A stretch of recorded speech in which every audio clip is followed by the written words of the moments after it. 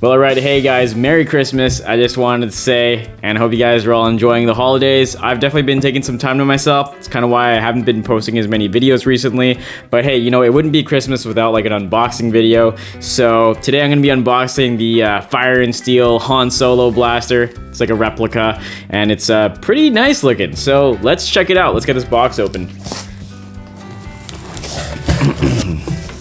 Anyways, so you got a bit of a stand here, well, part of the stand. So here's the stand for the blaster here, and it just kind of screws together, so that's gonna be pretty cool to check out. I think from the looks of it, the handle goes in here, and the gun will rest up here once I put this clear piece in, so we'll be doing that later on in the video. Let's get the real meat and potatoes out of here, though.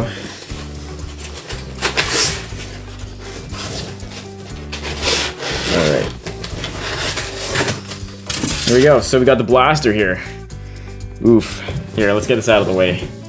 This thing is really, really cool looking. Man, it looks a lot like the thing in the movie. So, you know, now obviously I'm not going to be taking this thing outside for safety reasons, but it is very accurate to the movie. It's like a resin replica, so, you know, there's no moving parts or anything. It's just all like a solid, kind of like a big piece of plastic, I guess you could say. Well, yeah, I think it's a bit better than that. It's a bit more, it's got weight to it too. You can definitely feel it, but it feels very solid and like high quality, you know? And it's got all the parts. It's got the scope, you know, and it's got the muzzle flash cover thingy. Muzzle hider, I think that's what it's called. And it does look like a German Mauser from World War II. Just like how Han Solo's blaster in the actual movie looks. And yeah, it does. It's pretty cool, very sci-fi looking, especially for the 70s. And yeah, so it's got the scope mounted on the side here, and it's got the little mounting points over there, and it's got like the sort of broom-like handle, you know? Pretty sweet. So the trigger does not pull, it's just solid and stuck in place. Now you can't see through the scope. The scope is solid, but it doesn't really matter. It's not like, you know, you're really gonna see that end of the scope too much anyways, and the size of it's good, you know, it's pretty, it's decently sized. Definitely would fit like a larger hand well, I would say. Yeah. So yeah, you know, it looks really good. It's sort of got like a heat sink at the front here to kind of cool off the weapon. Let's see. Yeah, the handle's got sort of a bronzish sort of color to it, whereas the rest of it's very much like a gray sort of black color. You got some, you know, sort of silver going on here. Kind of like more like gunmetal gray, I would say, and there's definitely like a sort of very dark gray like on the muzzle flash. Yeah, but it feels good. Yeah, it's got the weight there. It's not like it's not light. It definitely feels like it weighs like a few pounds, you know, and like it just feels like the real thing, which is really cool. So we're gonna put that down carefully. Now we're gonna have to assemble the stand, so I'm gonna need to get a screwdriver for this. Well, okay guys, so I finished building the stand, and I did a bit of fiddling with it, and I gotta say, I am not a very big fan of this stand. It's very wobbly for this thing. Now, if you just leave it like this and you're not touching it, it's good, you know? Like, but it's not that stable. Like, if this thing shifts at all, like, this gun will, like, curve like that, and then it could very easily just fall off the stand, which is not what you want. And there is a little notch here that kind of lines up with this plastic piece here, but then the handle doesn't really sit properly at the back here either, and it's sort of awkwardly on the edge of it. So I don't really know a good solution for this yet. I think I'm gonna need to put some sort of like kind of grippy tape here. I think would help it, because then you could just rest this part of the barrel, and hopefully it would be more stable. But I feel like also the bottom part here kind of needs something to kind of stop the handle from shifting around in there as well, since it's so rounded, right? It just kind of, it can very easily twist in there. So the stand, I'm giving a like 3 out of 10 in terms of like the stability. I mean, the wood at the bottom is kind of nice, but yeah, it doesn't work very well. So I'm gonna need to figure that out and work on it a bit. But the gun itself is definitely like a 9 out of 10. This thing is incredible. It feels really solid.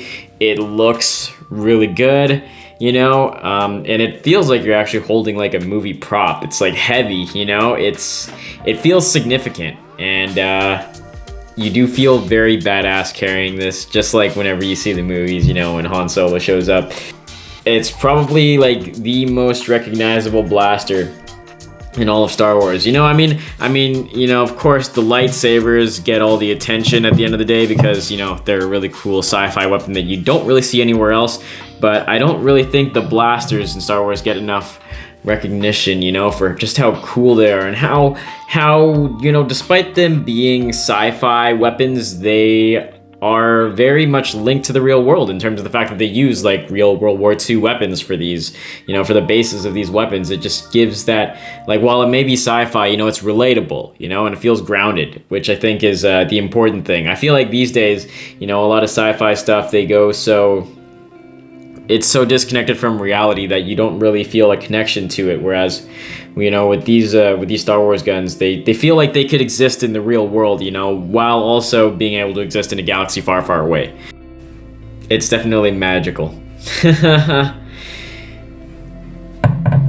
Well, anyways, guys, I hope that you guys are all enjoying the holidays, and I hope you guys have taken some time to just relax, you know, and spend time with friends and family, you know.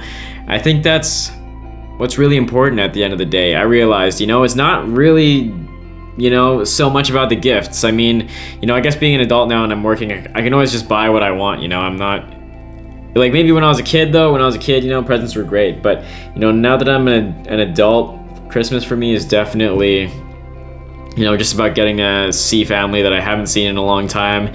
Feels like I don't get to see them all that often, so it's a nice treat getting to be with everybody, you know, and just relax, you know, and take some time away from work and just everyday life and stress and stuff. You know, it's definitely needed.